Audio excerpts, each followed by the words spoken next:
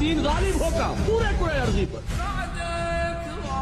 اس کی خبر دی ہے محمد الرسول اللہ صلی اللہ علیہ وسلم۔ انہوں نے فرمایا ہے کہ پورے کرۂ ارضی پر کوئی گھر نہیں رہے گا، نہ اینٹ اور گارے کا بنا ہوا، نہ اونٹ کے بالوں سے بنے ہوئے کمبلوں کا بنا ہوا کوئی خیمہ رہے گا جس پہ اللہ کا دین داخل ہو۔ یہ کام تو ہو کر رہے گا، صرف یہ ہے کہ ہم اس میں سے سعادت کا حصہ پاتے ہیں یا نہیں۔